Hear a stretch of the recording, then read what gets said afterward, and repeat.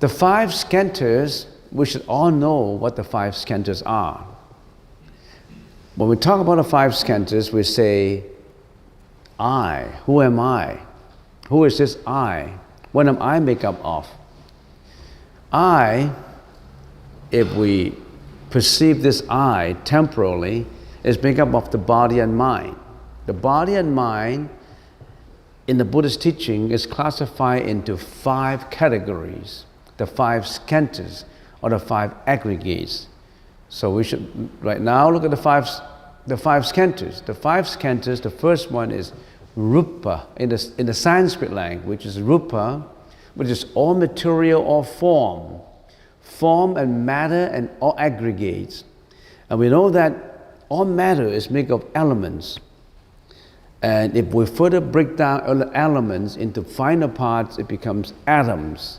If we break atoms into finer parts, it becomes protons, neutrons, and electrons. So this is the material combination. All matter is form. As far as the body is concerned, this I identity, our body is made up of the 36 parts. We have the hair, the skin, the bone, outside. Inside the internal organs, we have the heart, the spleen, the liver, the lung, and in between we have the blood, we have the veins, we have the tendons, and everything in our body. So we are made up of the material, rupa, we're made up of this material. This is what we can see, our material, our body, our brain, our mind, our hair. Now, other than material that make up a person's got to have the non-material part, we call it the spiritual part, the spirituality of that person. And it's broken down into four categories. We've been talking about this many, many times. It's just to do a fast review now of the five skandhas. If you don't know the five skandhas, you don't know I. You don't know you don't know yourself. So the first lesson in understanding the Buddhist teaching is to understand yourself. Body, we know rupa. The mind is classified into four categories. The second category is vedana in the Sanskrit language, and we call feelings or sensation. We have feelings. What are the feelings that you have? What are the sensations that you have? We have pleasurable feelings, non-pleasurable feelings, neither pleasurable or non-pleasurable. That embraces all kinds of feelings that you have. And this feelings comes out of sensations of the organs.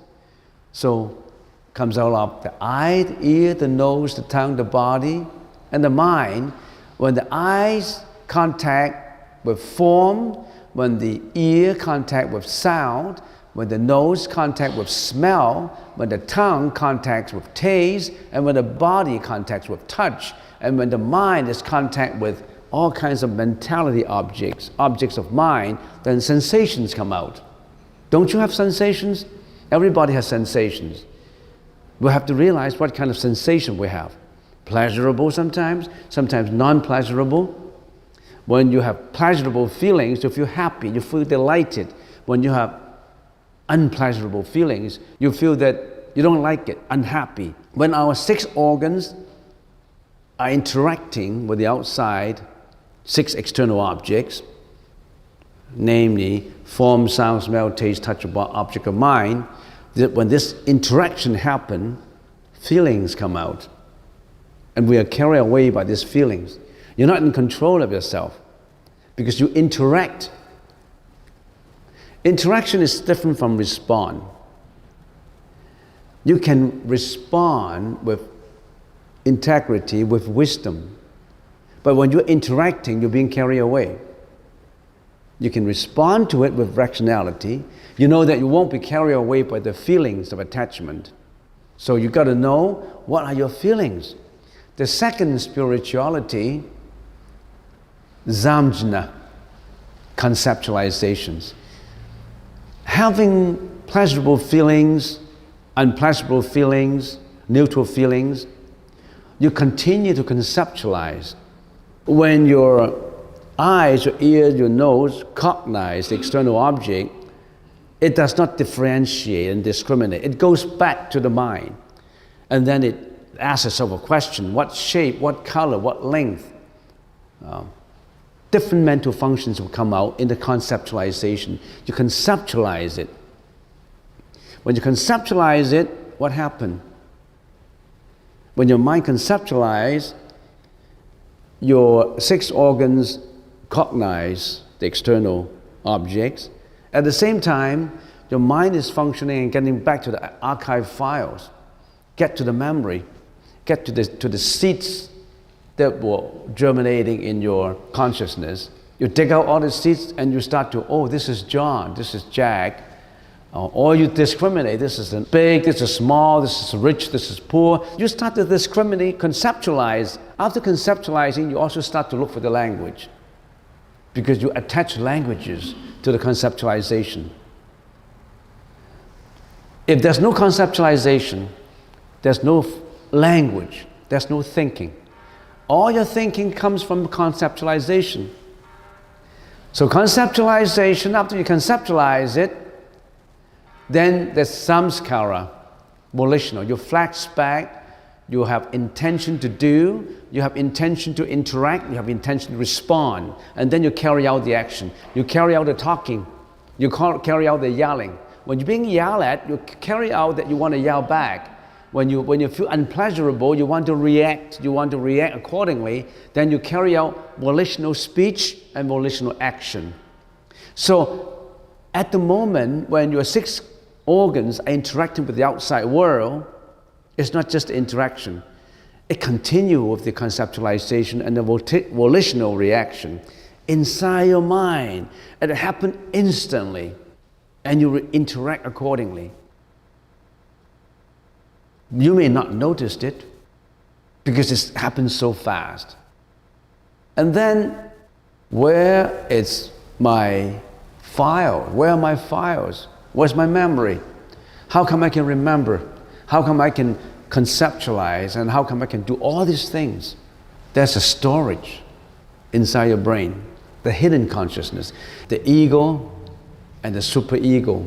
The ego is your mentality, and the superego is what is hidden inside your consciousness, your subconsciousness, some people say it.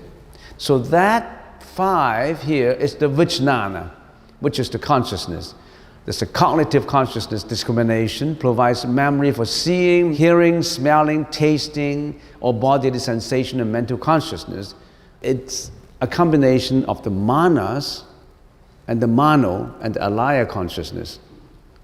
Remember when we're talking about consciousnesses, we give an example as to the manager who controls all the salesmen. All the salesmen at the front end, the eye, the ear, the nose, the body, the 5 consciousness, and there's the manager behind. We call it the mano consciousness, which is the 6th consciousness. And there's also the manas consciousness, which is the ego consciousness. There's also the storage consciousness, which is the banking for everything, for every thought. Every thought counts, not just every action. Every thought becomes a seed in your mind. So there's a Buddhist saying, watch every thought. Be careful with every thought. Be mindful of every thought, not just the action in the speech.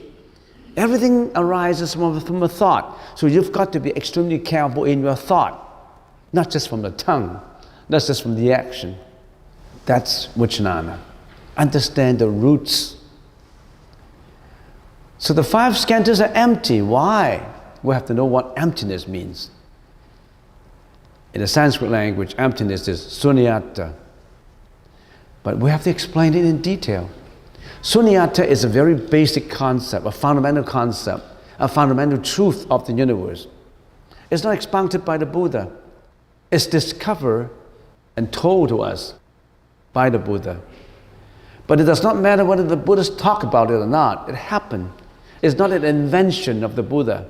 It's a universal truth which is uttered by the Buddha and reminding us that we should watch these things, we should understand emptiness.